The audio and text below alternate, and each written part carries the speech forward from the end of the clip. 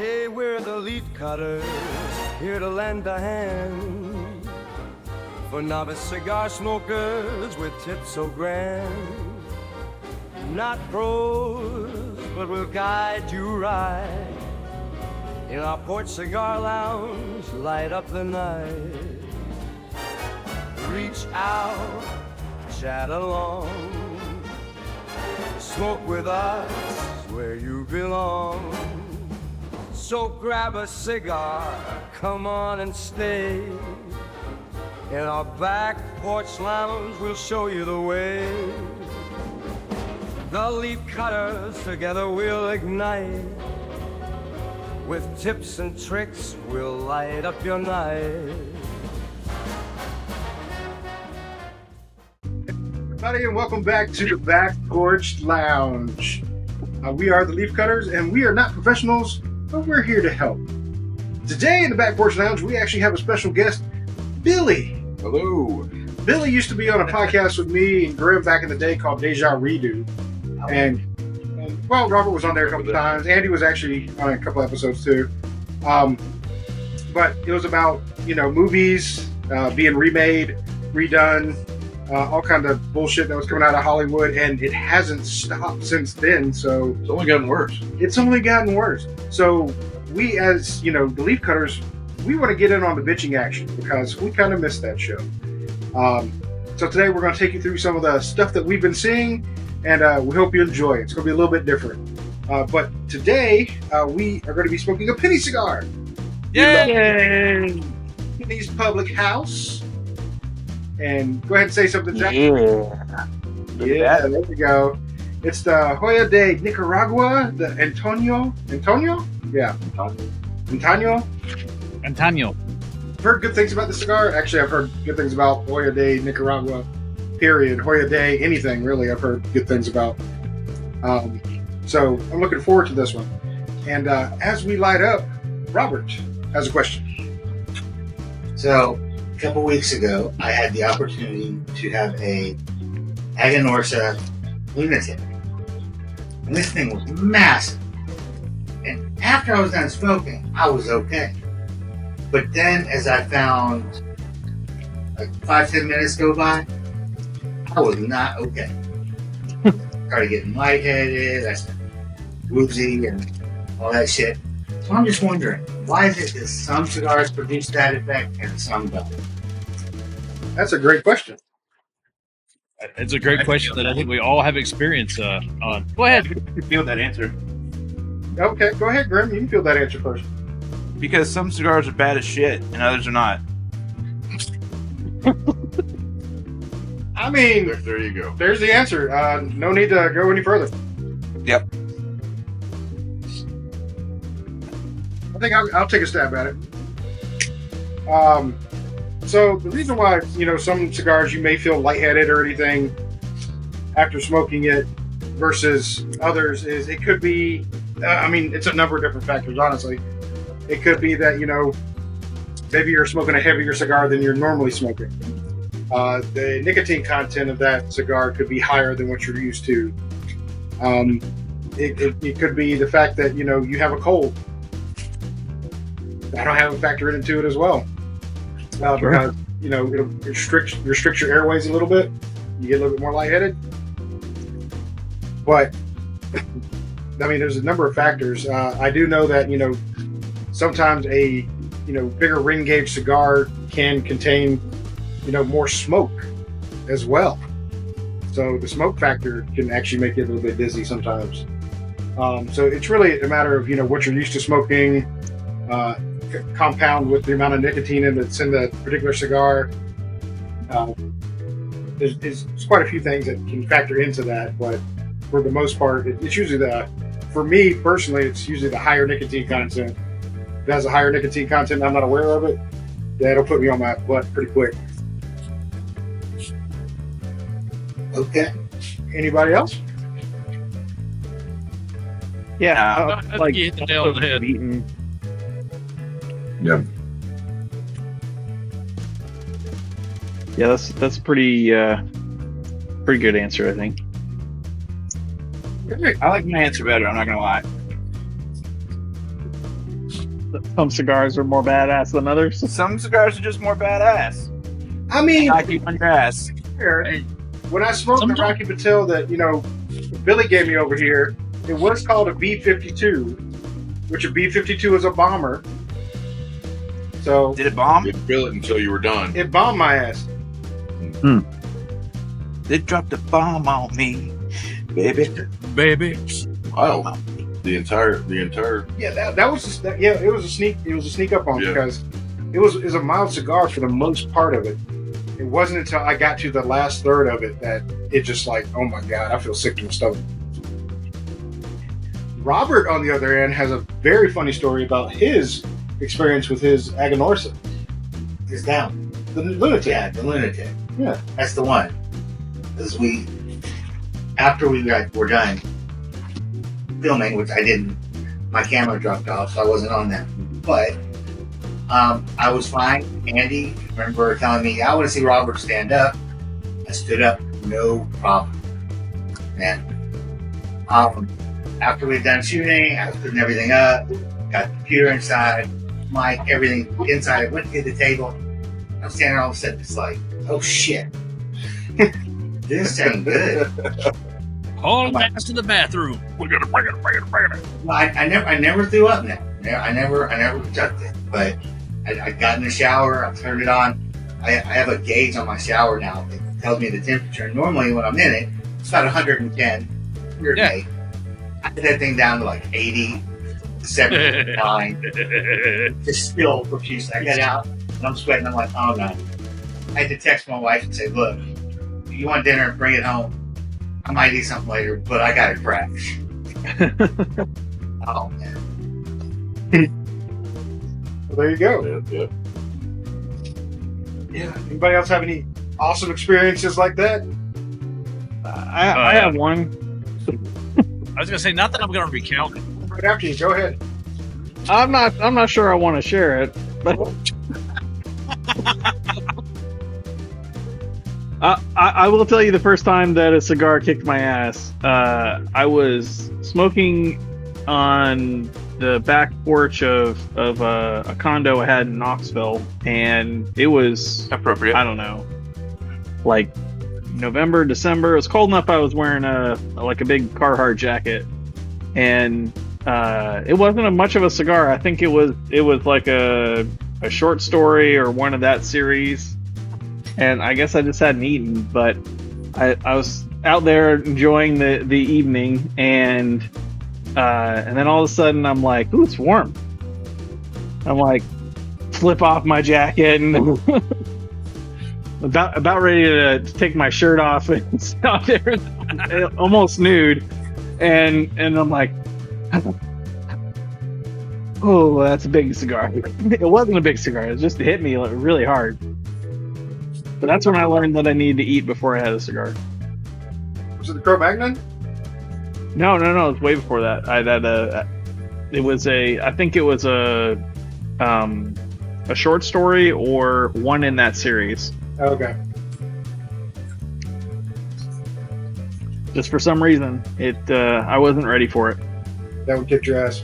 I understand. Mm-hmm. That happens. Well, I got a kind of funny one. I was down in Orlando, and I wanted a cigar. I was looking for the Opus X, but I couldn't find the Opus X. So I went to this cigar shop that was in the downtown part of Universal Studios. Mm-hmm. They had a cigar shop in there at that time. That was really cool. So I went and got a Cohiba Black. And first time I ever had a Cohiba Black. Took it back to the hotel. Get out on the balcony, start smoking it, start feeling really good, get all the way through it. I go to stand up, and I thought I was going to fall over the railing. I turn around immediately, and everything starts coming up. So I am booking it to the bathroom. I'm tripping over, trying to get through the door, trying to slide it open. I'm tripping over, trying to get the carpet that's in there. I think I actually tripped and hit the floor at one point. trying to get to the bathroom. I'm sitting there crawling to the bathroom and finally just hurl. Ooh. So I don't think I'm going to have a Cohiba Black or, shrimp ever again. Oh, A good combo. Combo that night. It definitely kicked my ass. yeah, that's happened to me more than once. Yeah. I've Okay, never had that happen. I'm too much of a champion. What was that, Graham? Hey, what, Graham? I said I've never had that happen before because I'm too much of a champion. Yeah. Uh huh. I've never actually been sick. I don't know why people talk about it so much. I don't. The illness is just a passing thing. I don't. You making up stuff. I've never been ill before. Right. Yeah, okay. So does the government come and steal your blood for research, or is that? They do it at Dragon Con every year. They say that I'm a blood donor, and that I'm saving lives with it or whatever. But they label it and they ship it off, and then it goes somewhere for vampires. That makes sense. To analyze. I mean, completely plausible. I believe it. I have asked the Dragon Con people before if we were actually serving vampire overlords, and they just stared at me like I was an idiot. I mean, that seems like an excellent cover-up. Right. It doesn't it? I mean, Blade, if anything, Blade, 2 told us the truth. It was the first one. No, it was the second one. Second one. Because they actually had the blood bank. Oh, they were in both. Oh, Okay, so he had the blood bank shit in the back of his cop cruiser in the beginning of the first one, and they explained the entire blood bank thing. Yeah, but you saw the blood banks, how they did it, in the second one. Yeah, they elaborated in the second one. They much elaborated. They flat out just showed. So, light up for the Joya De Nicaragua. For me, it's starting off pretty good. I did do a V cut on it, and I probably can't see it from way back there. But I did a V cut on it. It's not. There's no sweetness to it. To me, it's a classic cigar taste, classic tobacco taste. No frills so far. No pepper. No cardamom. no quarter. Damn. No bubble gum. No bubble gum. Get vanilla. Yeah, no vanilla. It's a classic cigar. So Man, cigar. it's definitely a man cigar. Yeah. How about you, Andy? Much the same. I put a straight cut on mine because that's the V cutter I have out here is shit. Because it's plastic. It's got a really good draw to it, so it's. But outside of that, it's burning a little faster than I like. But we've been yapping a little bit more than usual too. So I'm gonna set it down and let it sit for a minute. So I'll stop puffing on it and be done in 30 minutes instead of the usual hour. Okay. Or I may pull a Robert. I may just go get another cigar. Yeah, go. Be your man. We'll get another I have a delivery person. one. That works. Nice. Works out great. Hey, Billy, how about you? Yeah, I agree with everybody's sentiment. The only thing on mine is the Grand Reserva version, but so I don't know if that has anything to do with it, but the draw is a little tighter on this one. So other than that, yeah, pretty much the same as everybody else. Just a nice, smooth cigar. Traditional cigar flavored cigar. Yeah. Brambles. Yeah. Robert. Oh, okay, we're good. Jesus. No, light up was perfect. I'm with Andy. It is burning a little faster, I'm noticing. Little onion, not much. No real aftertaste in the mouth, flavoring, tasty. Yeah, it's good. It's good. And Zachy Poo. So I went with a V cut as well. Lit up fine, no issues there. slight unevenness in the burn, but nothing too dramatic so far. Flavor is, it tastes like a Nicaraguan cigar. It has familiarity. I'm getting a little bit of pepper on the retrohale, a little bit of like the thing that comes to mind to describe this is like sweet pork, not like Chinese or anything like that, but like a barbecued pork that's on the sweeter side. Don't know how to describe it any way other than that. I'll work on better words. But good. You can just go on the end. It's very subtle. It's very subtle. It's not like a real powerful thing. It's just like a little bit of a sweet kind of meatiness to it that I'm picking up on. Freak. You're full of shit. I don't believe a word you just said. You don't have to. It might be lying on it. And I'm pairing this with Glenlivet 15 single malt Scotch French Oak Reserve. And a tiny I was given. Do you have multiples? No. Are you stretching that little bottle for this entire thing? I've got some water also. Yeah, I'm not. Since we moved, I've not been to the liquor store. And there's plenty around you. You shouldn't have a problem finding liquor. Water. Never touch the stuff. Jesus. Sure. We got what you want. We got what you want. We got white lightning, clear lightning, that other kind of lightning, Mountain Dew. bottle lightning. Mountain Dew. No, I drank my whiskey collection before we moved, and the only bottle that went with me that had whiskey in it was my Infinity bottle, and it's excellent right now. Like anybody who happens to be in the neighborhood and enjoys hints of peat in their whiskey, I'd be happy to pour you some, but it's a little overpowering for a normal cigar, I think. I see you soon, Jack. See you soon. So let's get to our complaints and grievances. Okay. Let's a bitching commence. Let the bitching commence. So I want to start off with Borderlands. All right. Borderlands is based on the video game, of course. Well, it's supposed to be based on the video game. They do have the same name. They have the same name. And many characters that are named the same. Characters have the same name. And the dress is about the same, kinda. But to me, it's not Borderlands.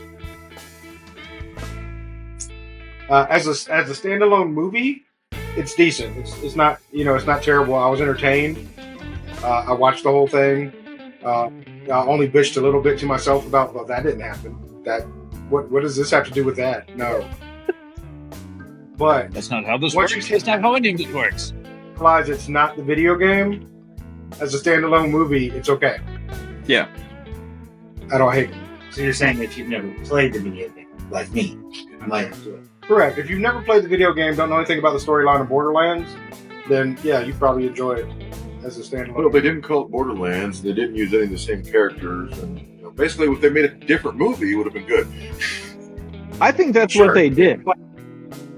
I think they started on a premise of a movie and they couldn't get it greenlit, and like they shoehorned their script into a Borderlands world, and that's what we ended up with. And then there's a good chance that the studio edited the crap out of it. Well, they certainly didn't know what they were doing with casting. Kate Blanchett and Jamie Lee Curtis, and like, why did they choose? Powerhouse actresses. But they are not meant for those roles. They're not, because their role is for like a 20-year-old. Well, Yeah. Jamie Lee Curtis is not a 20-year-old. Right, She's but part of Kate 30. Blanchett's Yeah. character is like 20-something, Yeah. and she's like, what, pushing 60?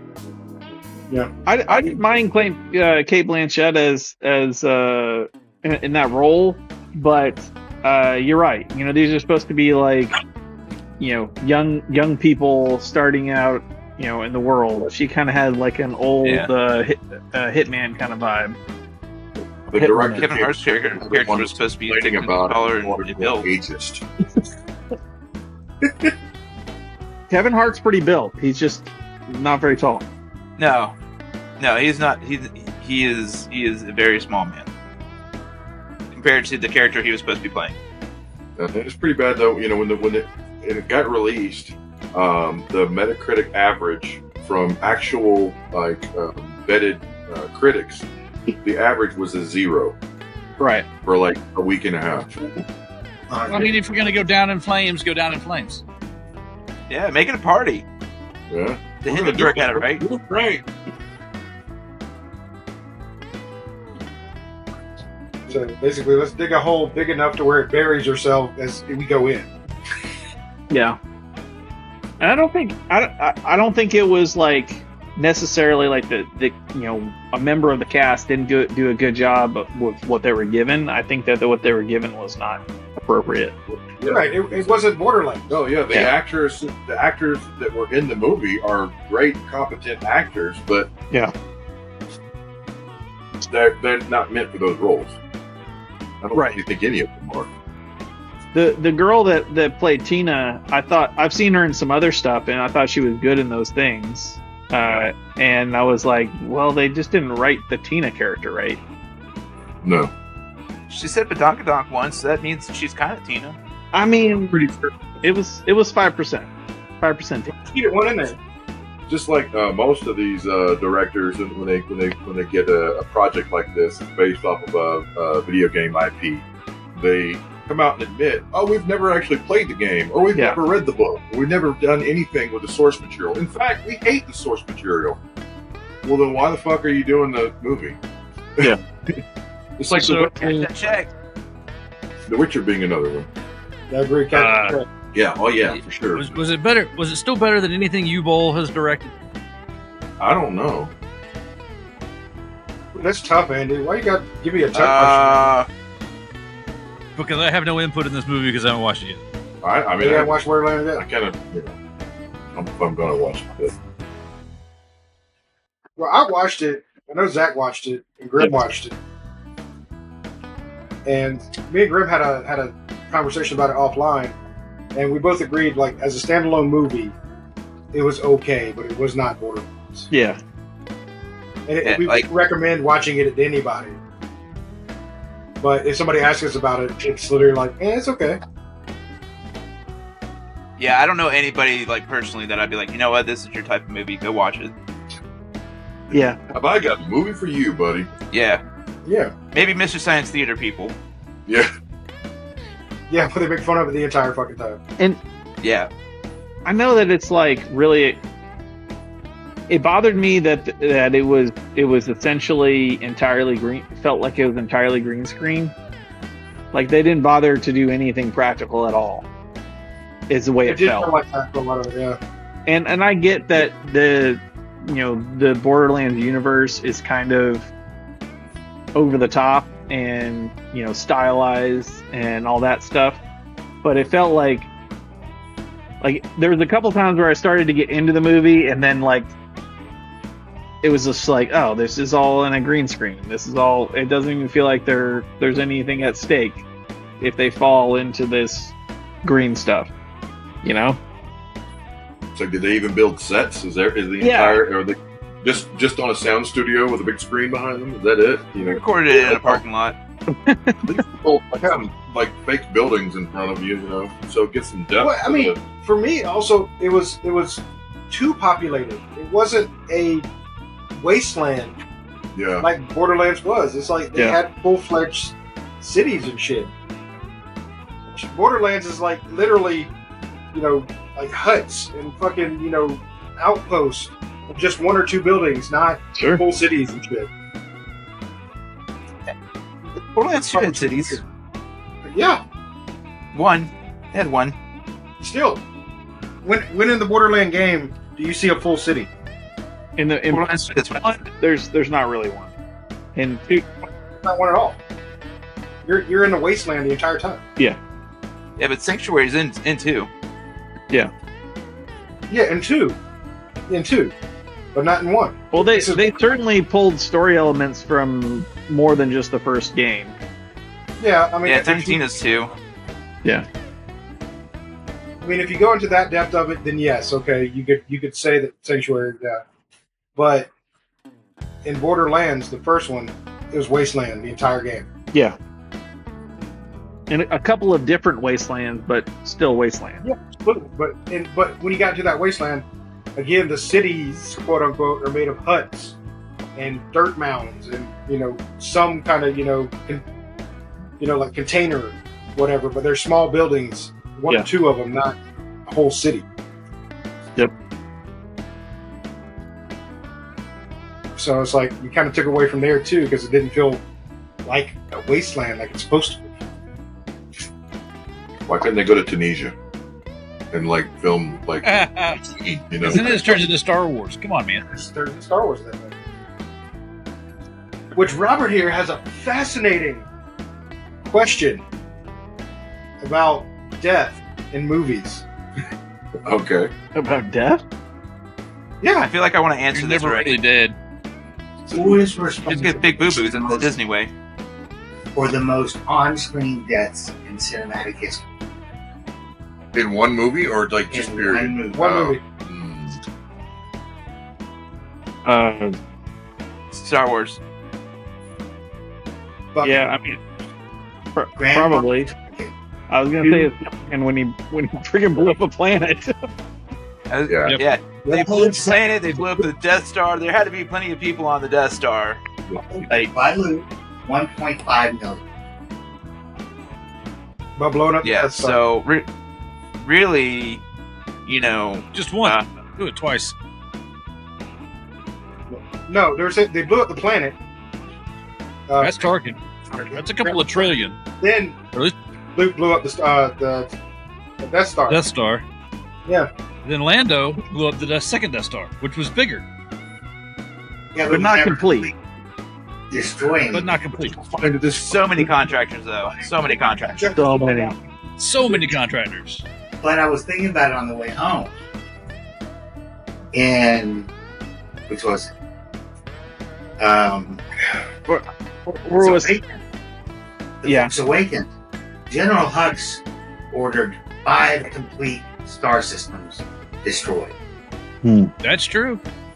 so Do we really care about that part of the sequels? Come on. so what No. what about They didn't Thanos? nameless planets. No. What about the snap? What about Thanos? Thanos killed half, but then Half of the universe. It doesn't Yeah, matter. But they came back. It doesn't matter if they came back. It happened though. Yeah. So that's half the universe. Yeah. So So at least Universe actually, blows that out of the water. yeah, Thanos wins. but then I think Thanos would they win. didn't state it. That's still the thing. When Tony Stark sacrificed his life, he snapped his fingers, What? and every Tony Stark dies? what? I didn't see that movie. What? God damn it. Say spoilers. it happened. We're talking Infinity War. Now let's talk about. Okay, so yeah, I'll give it to them.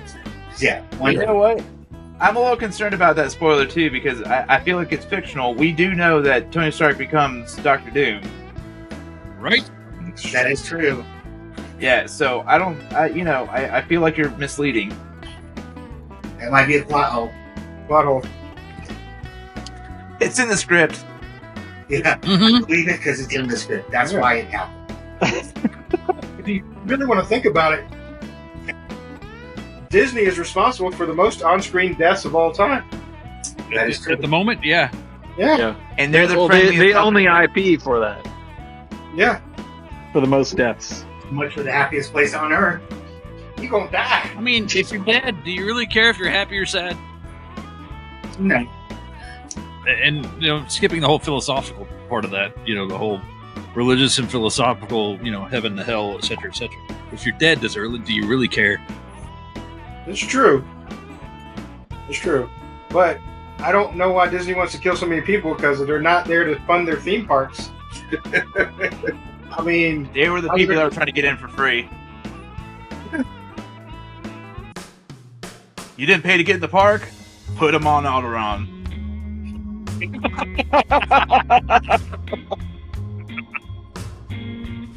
Oh shit! I just thought that was a fun little segue since we mentioned Star Wars already. So rumors that I've heard, but does anybody else have a the movie they want to talk about or video game or something before I go into my rumors? Sequel, a remake, a reboot. I'm really upset that you're not keeping the format of Deja Redo. Like, this is really upsetting me. Well, this isn't Deja Redo. This is Leaf Coders, brother.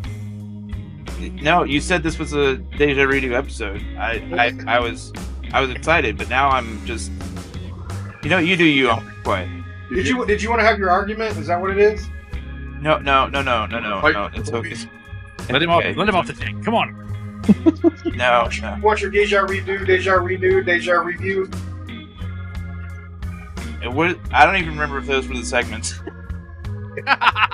What do you think about? I don't know. It could have been. Okay. I felt like you should put more effort in. I don't need to put any more effort in. Oh, okay. My bad. I was just asking if anybody want to talk about theirs. I got something to talk about. There we go. I'm literally the oldest one here, so I remember when Transformers, the comic book, first hit stands, and I had like issues 1, 2, 3, 4, 5. It was a pretty cool thing, and then the toys came out, and the toys and all that. If I see another origin story about Transformers, I think I'm going to puke. I don't know. Did we really see an origin story? Well, I mean, we had kind of in the cartoons. Maybe not so much an origin story, but like a reboot. How many different times and ways do I have to see this? Yeah, I really don't want to see young Optimus Prime and young Megatron. Like, that's stupid. They're robots. They don't age. They're not organic. What's the point of that? I can answer that question. Money. Money. Series 2 Optimus Prime. We has mirrors. If they just would have done it right, the Generation 1, do computer animated version of the Generation 1 characters. I mean, yeah. There's your movie. I mean, They always make everybody younger or bring in the younger crowd for the new generation, man. They really do. I mean, how old were we when Transformers came out? We were perfectly happy. Old enough to know better? No, that's not right. No, we fell right into that shit. Don't even lie. We did. Between that and Voltron and Robotech and GoBots, yeah, we all fell into that shit. We fell right into that. It was like, whoop. Every ounce of it. How many times, if you see one of those Transformers transform on screen, you're not going in your head, Every fucking time. That was a good sound. That was pretty good.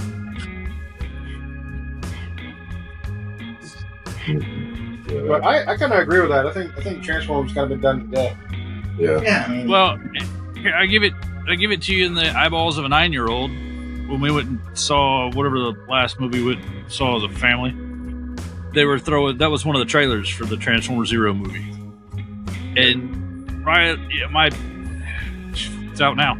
Riley has watched every Transformer movie that we can possibly get hold of, on top of watching all of the cartoons, and he's still excited about this movie that's coming out. Okay.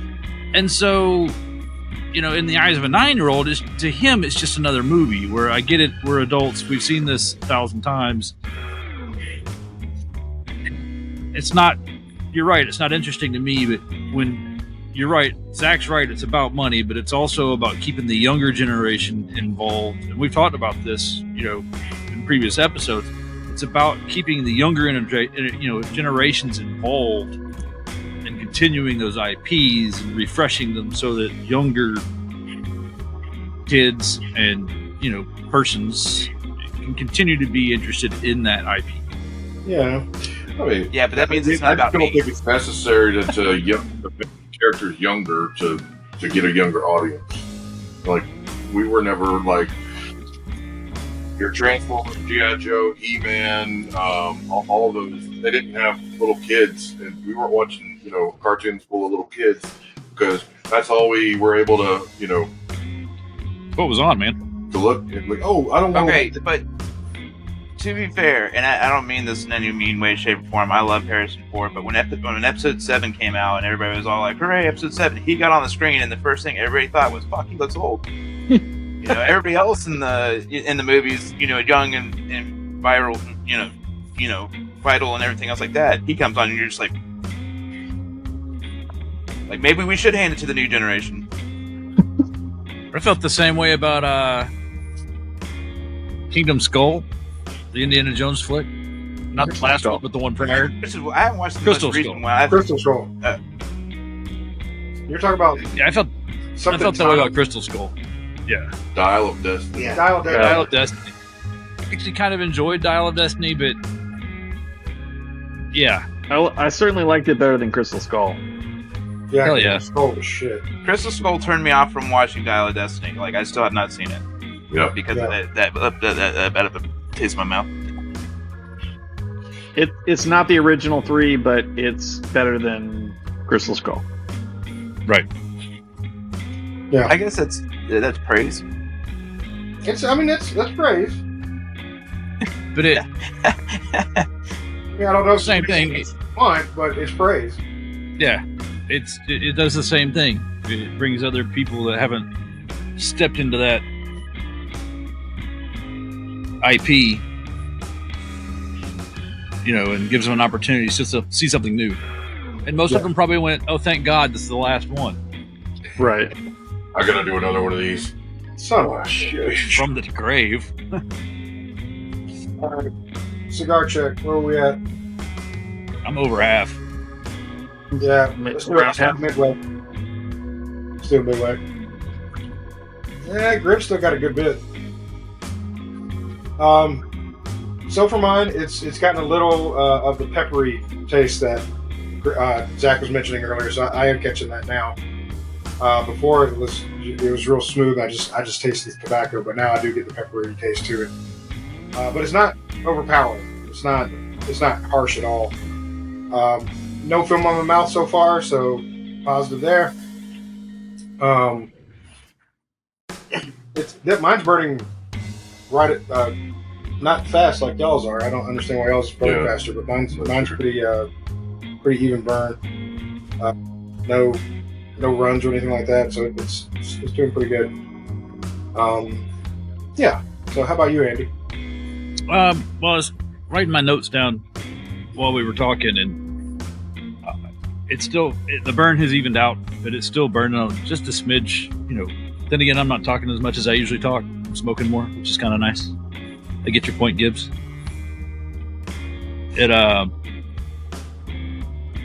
The flavor has become more earthy for me. I taste a little bit of that pepper, but like on the retro, to me it's more of an earthy kind of flavor that's kicking around. But it's still burning well, and it's still got a great draw, and it's not getting hot. Let's see if I remember to take the band off. Yeah. Billy, how about you, buddy? Yeah, pretty much same as everybody else. It's it did pick up on the heaviness and pepper notes. So it's a little stronger in that respect, but it's still not overbearing. It's definitely no Camacho Triple Maduro, but Not many things are. no, but maybe a little bit on the retro hail. I caught just a little bit of like a gasoline smell. Gasoline? Yeah, What did you dip that in before you lit it up? I don't know. Did you get it from a gas station? Like overbearing. But Did you pick that up at the Circle K, Billy? yeah, That explains it. Yeah, it's all fumes. Actually, I did pick up at the gas station. They use gasoline in the humidification system to It enriches the flavor. Ethanol. It burns really fast. To be fair, there's an awesome freaking cigar and vape shop at the gas station that carries just some of the coolest stuff that I don't get in a regular cigar shop. So to be honest, I did get at a gas station, but they keep their stuff up well. Yeah. No, it's not bad. It's good gasoline. It's a good gasoline. It's the less ethanol. It's the real gasoline here. 100%. Full leaded. All right. How about you, Gribbles? I'm down to a meh. Okay. Ooh. All right. So I was at a yeah, but now I'm down to a meh. Well, that's kind of a downgrade, I think. It is. Yeah. Yeah, So- on my scale of responses, yes. So we went from a 7 to a 5. Yeah, that's what it sounds like. How about you, Robert? Well, it's still burning a little faster, and it's still burning uneven. But I am taking hints given by our fine group of fellas here, and I'm turning it, and it's starting to like burn a little evenly. Still no taste. I get none of that pepper or No. Wow. I don't. Sorry, just not there. Well, I mean, Takes Well- time to. Yeah, it's still doing good. all right. Zach?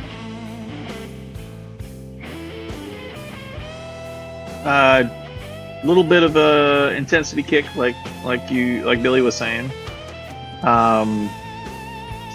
Still a little more pepper, like you all were saying. Also, that which is the thing I like, and his signature of Nicaraguan tobacco, I think.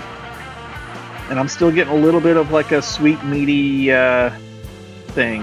I don't know how to describe it other than that. It's not beef. It's more porky, but it's enjoyable. What's for dinner though? So what you're saying is after this, you're going to go for barbecue for dinner. Maybe. I've got barbecue on my mind all day. Actually, just going to go pop a couple of pickles and just finish that sandwich.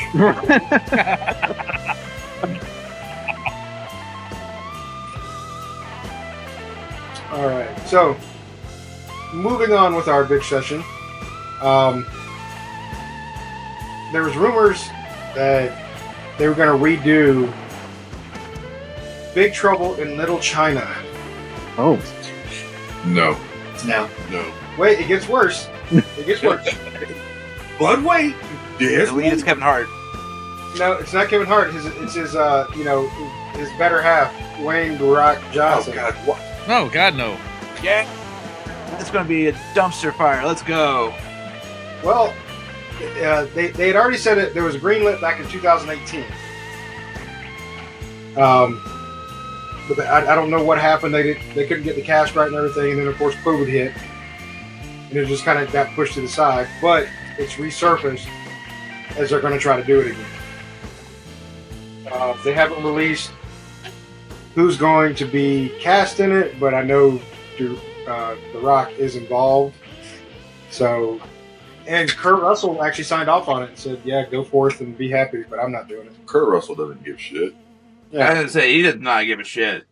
He don't care. He's like, I did the good one, so Yeah. that's all that matters.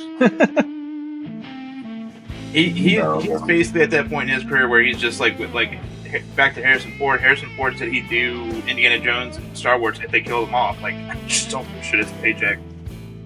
Yeah. He needed maintenance on his airplane.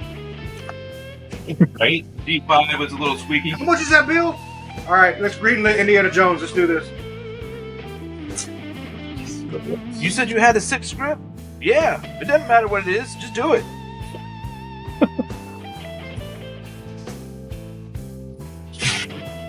That's another one of those like 80s movies. Like I don't see how you can remake that. And just like Goonies. I know they're talking about maybe trying to do something with Goonies. Yeah. There's a sequel. Just let it be. Let it, or let, if they're going to do it in the Lost Boys.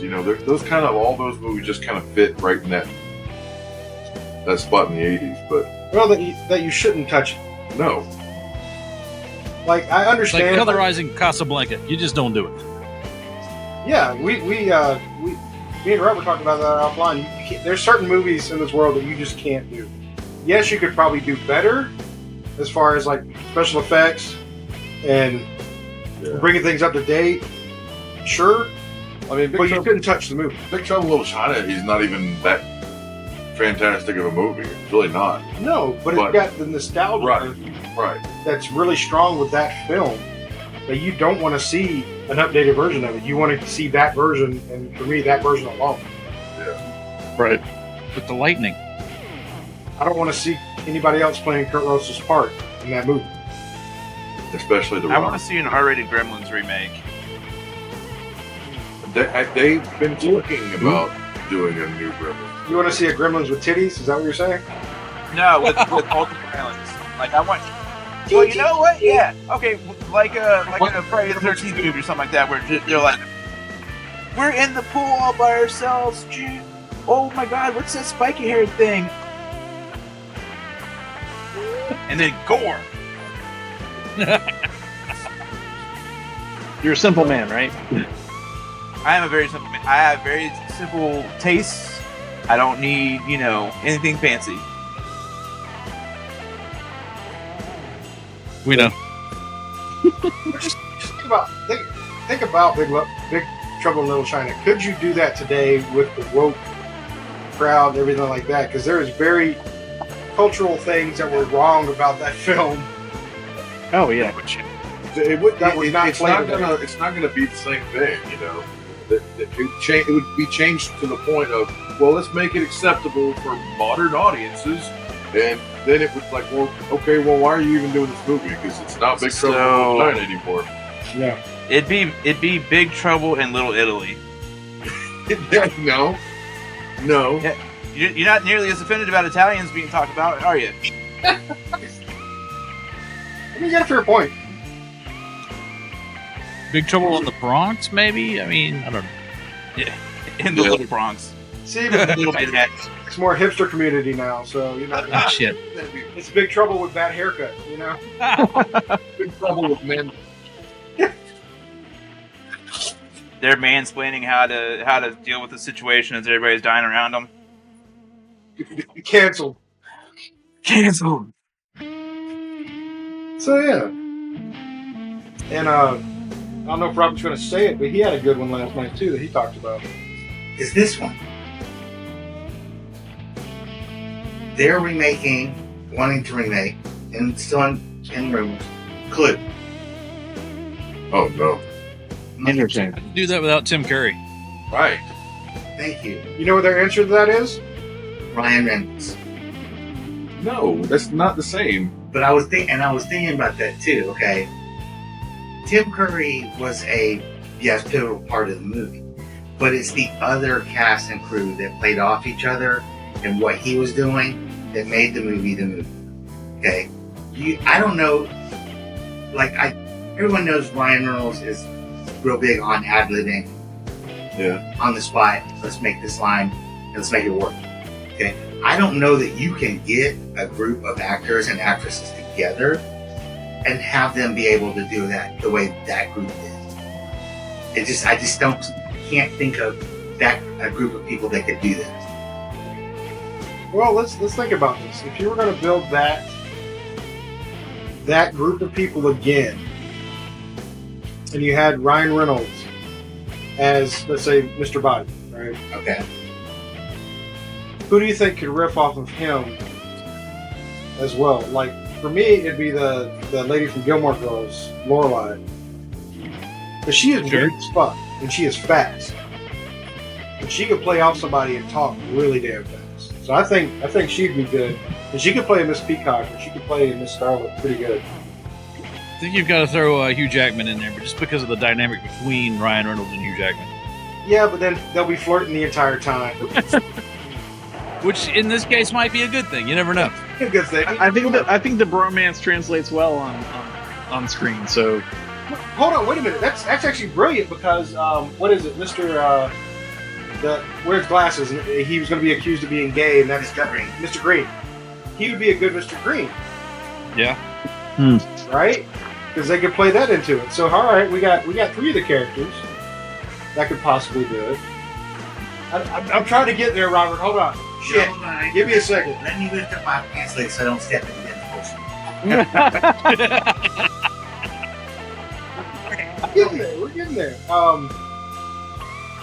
It's so hard to figure out who would be Colonel Mustard. And Professor Plum. Because Christopher Lloyd was the first Professor Plum. Right. Yeah. To be Professor Plum. Christopher Lloyd. Yeah.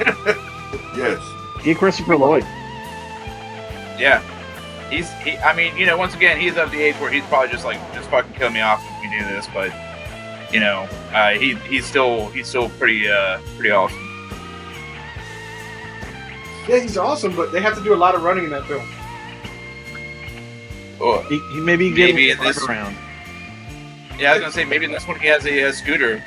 Accessibility scooter. From What's the guy's name in the German guy in Django? Oh, yeah. Christoph Waltz.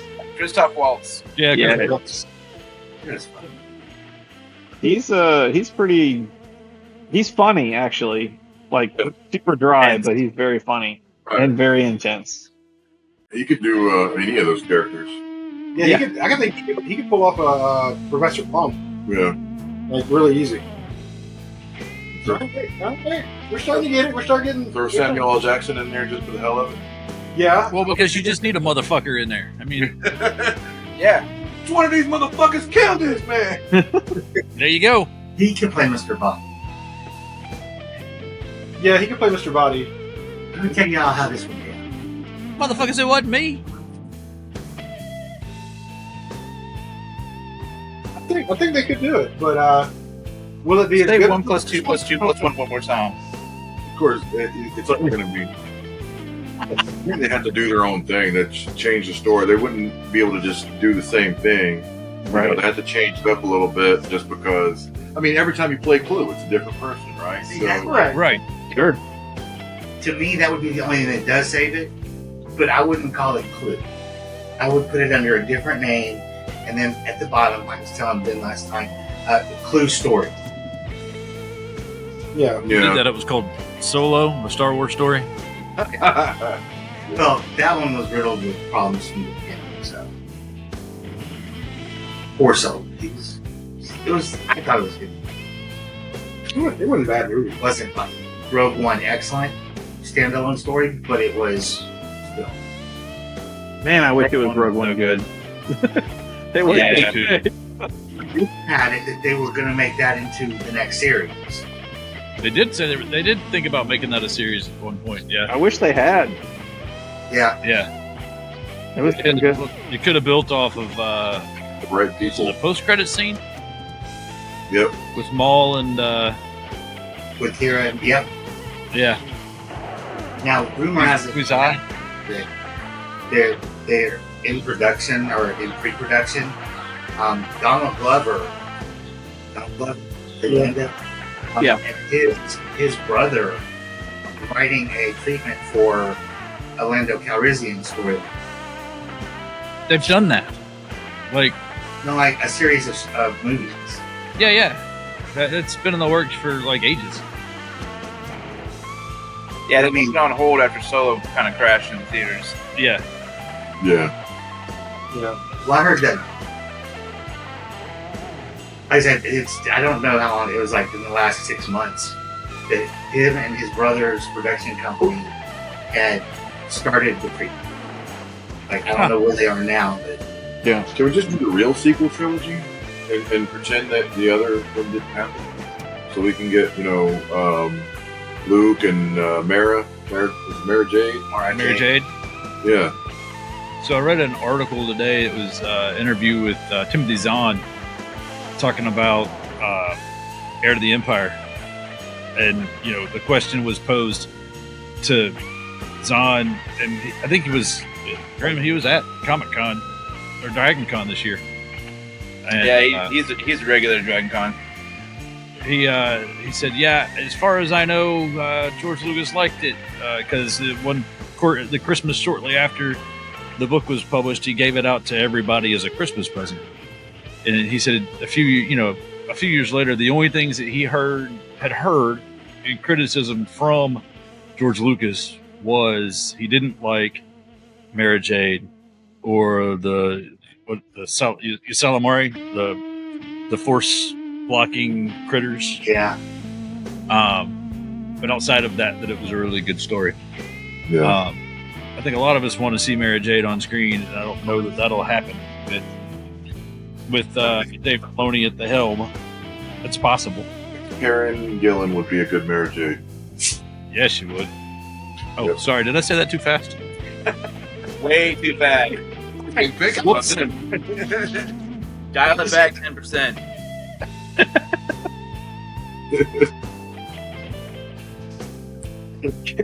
Don't get Andy in the negotiating room. It's gotta happen, guys. Gotta happen. Half the Disney budget just went to. Right? Make that shit happen. Also in reading, I read, I guess last night, speaking of rumors and shit, Spaceballs 2. I saw something. I heard something about that. What did you say? That Mel Brooks is a part of is giving it the okay, and is helping with the script, and that Josh Gad is currently the leading cast. And I don't remember who I read was directing it. I'm drawing a blank. That was more than 4 hours ago. Well, I know Mel Brooks can't direct it. He just physically can't. Yeah. Well, he's 98. Mel Brooks movie Justice now, though. Well, here's my problem with that. Mel Brooks. Yeah, Mel Brooks can fucking do it, but Yeah. History of the World Part 2. I was just gonna ask who's watched it. I watched it, and I hated it. It's not a Mel Brooks production to me. It felt watered down. It was way watered down, way too PC. You know, it wasn't edgy as he was, and that's what really hurt my heart when I saw it. Because I'm like, this just isn't Mel Brooks. Mel Brooks didn't care. Right. He made fun of the bullshit. Everything and everybody. Yeah, he made All fun of- of everybody, and he did it in a fun way. But that was just the way through, and that's what really scares me about Spaceballs 2. It's going to be watered down. It's going to not be as edgy. I mean, and I understand it's not PC these days to do a lot of stuff that he did. I think if they actually just went ahead and said, fuck it, let's just do it the way we want to do it, they would do fine. I think there would be people that would complain, but there's always people that are going to complain. Yeah, there's gonna be But it would make a shit ton of money if people got the word out that, wow, they really didn't hold back, and they went for it. Yeah, but I'm not sure one of the major studios would be willing to sign off on something like that. They're everything's so like watered down and Yeah. like That's the problem with Hollywood now. Everybody Yeah. wants to take the chances. They're just scared to do anything. Yeah. And it's Fit on the Deja Redo. That's why comedies are in the state that they are now. There's basically no real comedies. Everything is just kind of like, we're going to pepper some comedy into an action movie. Or we're going to pepper a little comedy into this romantic comedy or whatever. And it's just like half-assed. And there's no like real full force, comedy movie that's coming out on the regular. Like back even in the early 2000s, it was always something. Every year there was some big comedy coming out and everybody was excited for it. Even all the way up to like the Hangover series. That was pretty good. But it kind of got shitty towards like the third one, I think. But they were stretching it out. even the Hot Tub Time Machine. Those are like the last few I remember. Kind of like they didn't really give a shit too much about appeasing people. yeah. They don't do that anymore. No, you have to go to stand up for that now. Apparently, yeah. They're afraid. They're really afraid of cancel culture. That's what I'm saying. All the stand-up routines, they don't give a shit, and they do just fine. They make a ton of money. So why are they so afraid? I don't know. It's just it's kind of funny that they're pushing an agenda of all this stuff, like let voices be heard, except for that one. Right. Right. Because it opposes what we say. Yeah. Yeah. That's the way it is. It makes no damn sense. But that's what scares me about Spaceballs. It can't. I don't think it can be its true self. That's why I don't want any of these movies to be remade unless somebody can assure that no, we're not going to hold back. We're going to do it the right way. We're going to pay homage to the original. We're going to do a good sequel. Otherwise, just leave it alone.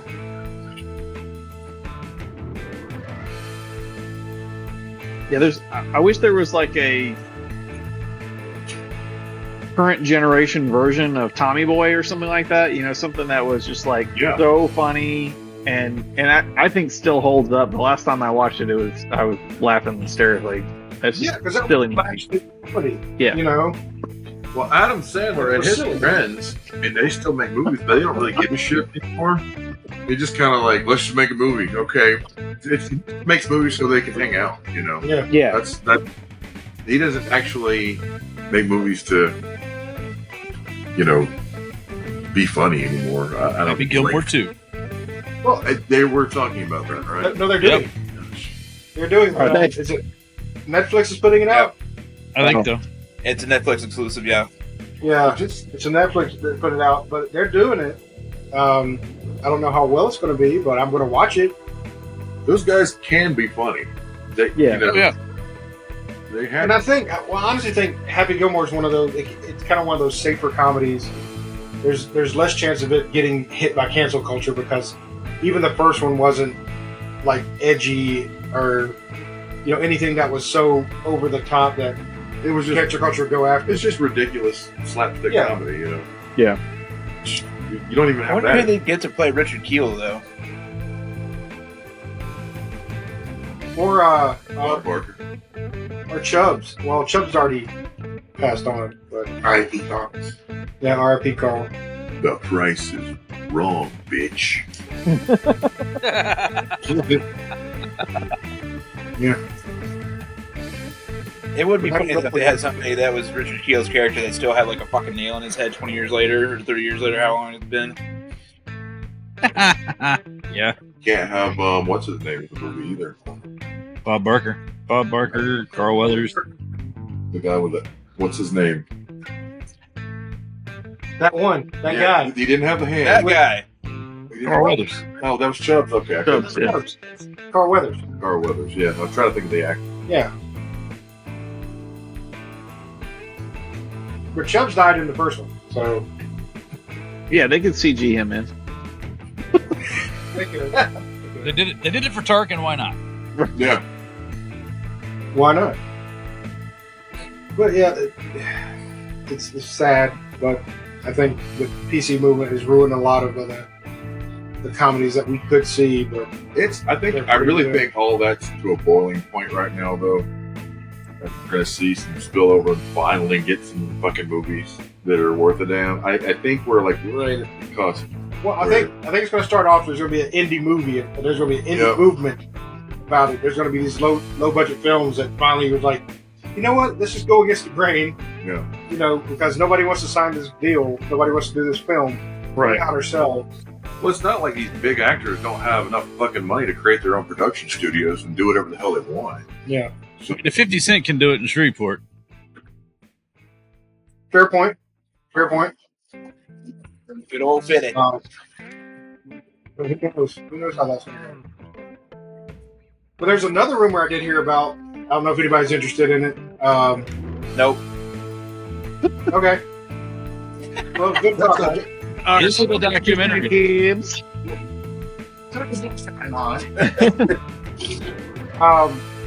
They're thinking about doing an Ace Ventura 3. No.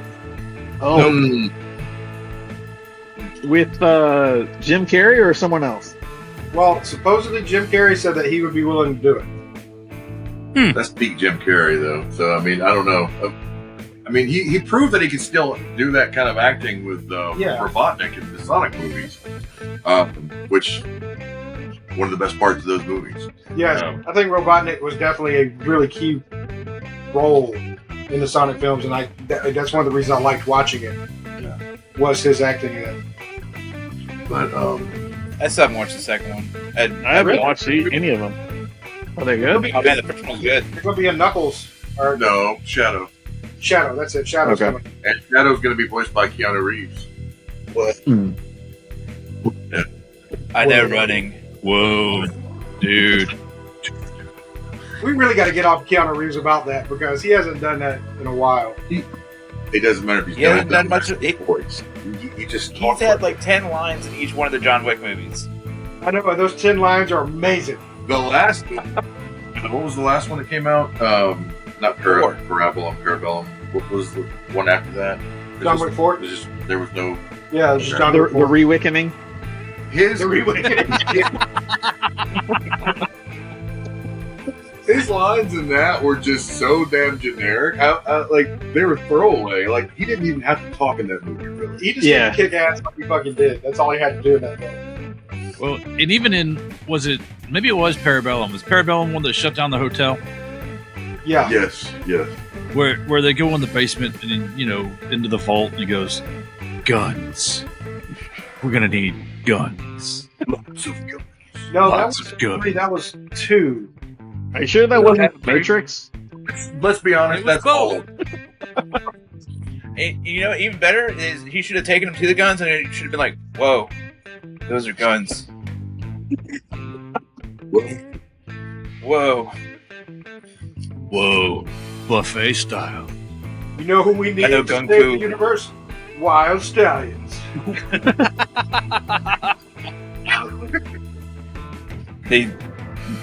They CGI in George Carlin. Oh, Mr. Rufus. if only George Carlin was still alive today, he would say this God, yes. Oh, I'd he'd say all kinds of. Carlin to be president. I'm not gonna lie. in a heartbeat. Yep. Yeah. Fill in every time. George Carlin. God. We've contacted him every election for the last decade. We keep telling him George Carlin's dead, but he's like, I'm gonna write it in anyways. Oh, he's there. Right. He's there. That's Stop happening. me, Carlin. And what are your political views on the International Trading Commission?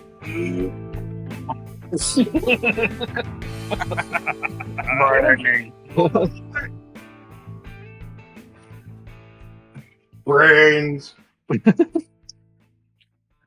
His answer's been the same for every topic, but damn, is it a strong answer? Right. He's consistent. You can count on him. Yeah. Yeah, he's didn't going to follow through with question his at all. plan. You were right there for it. The answer is always brains. Yes, I agree. We do need more, more intelligent people to be able to work on these issues. Do you agree? Right.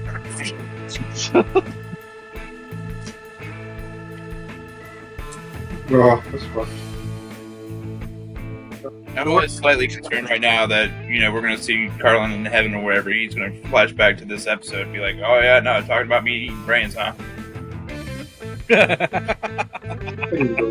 You think he's a Futurama style head in a jar now, or Oh, God, I hope so. hanging out with Like, that? you know how they keep saying that The Simpsons predicted the future like 100 Several times at times. this point? Yeah. Several times. I want Futurama to be right about heads in the jar. Yeah. I just don't want to be a head in a jar. I wouldn't want to be one, but at the same time, like Nixon, he's perfect in Futurama because he's the perfect head in a jar. Like, I talked to him. Oh, totally. Yeah. What do you think about this, Nixon? It's terrible. Don't send him to the hotel, it's a trap. Goddamn commies. I'm not a crook.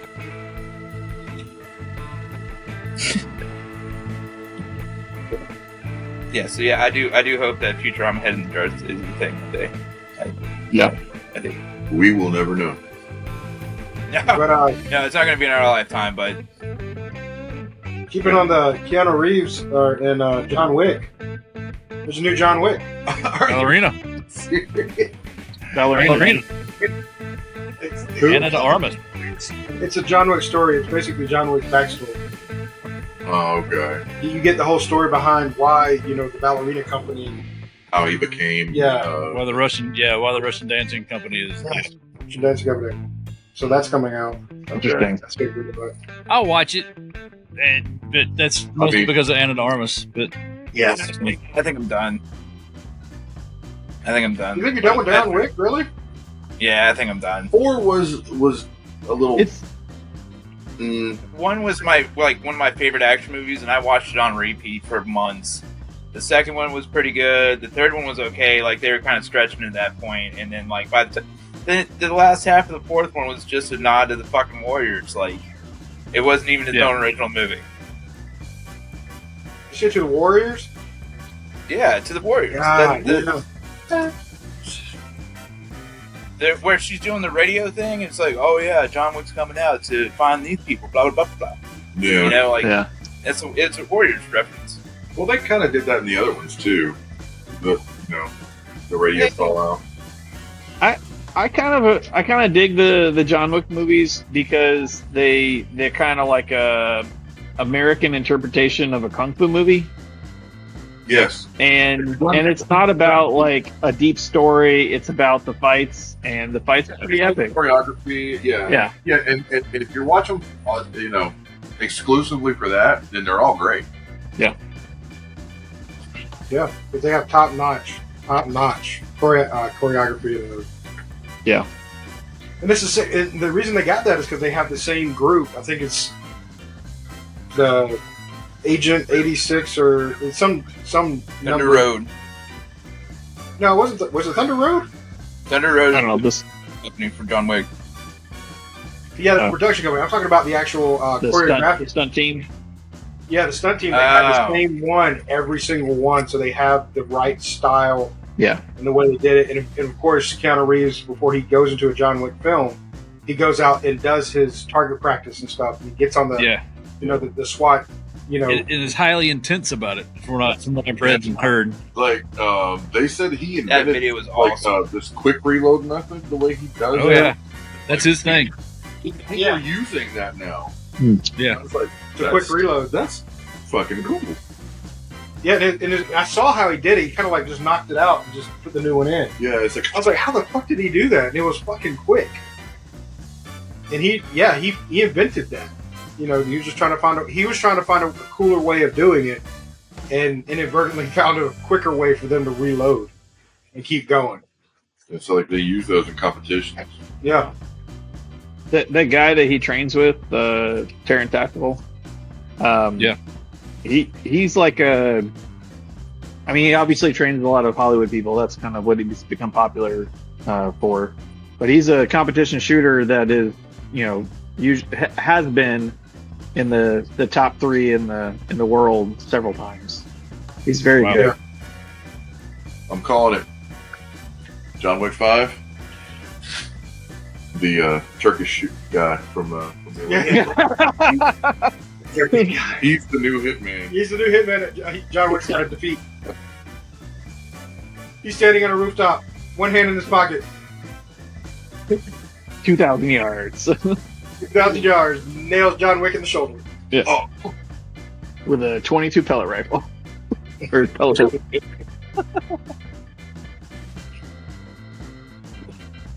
Does it? Whoa. I bet you shoot me from so far away. This is bullshit. It's bullshit. These games. I missed because I farted. You need scope, but you need eyepiece? Bullshit. Why you miss so much? I just shoot and hit the target. I gotta just do this. I saw a meme about him. It was like, I have my hand in my pocket to keep Cookie warm. So I win competition. I eat my warm cookie. I really hope that's the kind of personality that guy has. It's like Napoleon Dynamite and his tater tots. Exactly. Like, Give me some of your I get a cookie. All right, so I think it's about time to review these.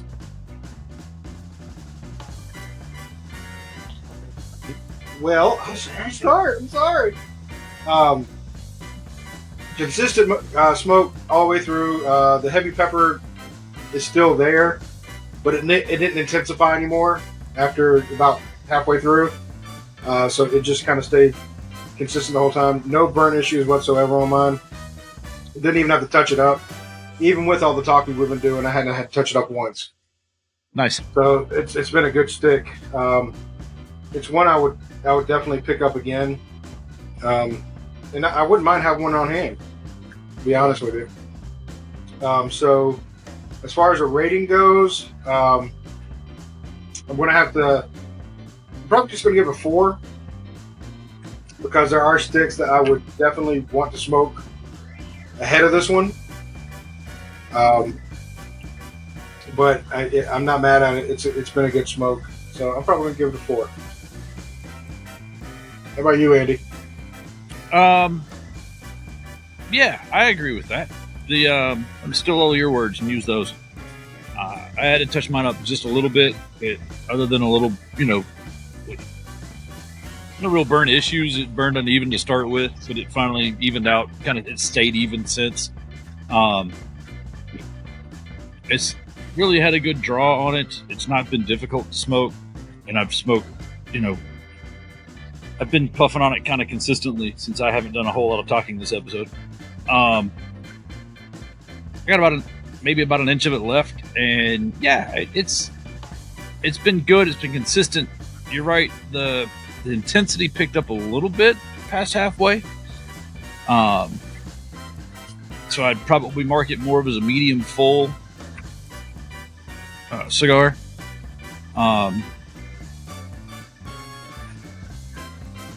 Rating it probably a 3.5, because it's something. It's a cigar that I enjoyed, but there's other things I'd rather smoke. But if I saw one in the shop and I was being, just kind of nonchalant about what I wanted to smoke, I'd probably pick one up. Hoya makes a lot of great cigars in general. I think I like the red line a little bit more than I like this one. But other than that, yeah, 3.5. It's good smoke. It's fair. How about you, Billy? I got to kind of echo the same things everybody else is saying. The only thing I would say is that after I kind of hit the halfway point, when the pepper started to pick up, after a while, that kind of went away a little bit. It's kind of mellowed out a little bit. So the pepper notes are still there, but they're kind of mixing with the rest of the flavors. And I really can't pick out any one specific thing that kind of, is outstanding as far as like one flavor note over another. But yeah, really consistent. Yep. It burned great. Maybe had to touch it up one time. Yeah, I think I'd give it. I'm going to go kind of halfway between you guys. I'd do 3.75. Okay. That's fair too. All right, Graham. How's your man?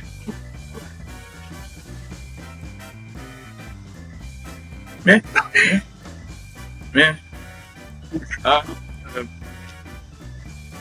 And man.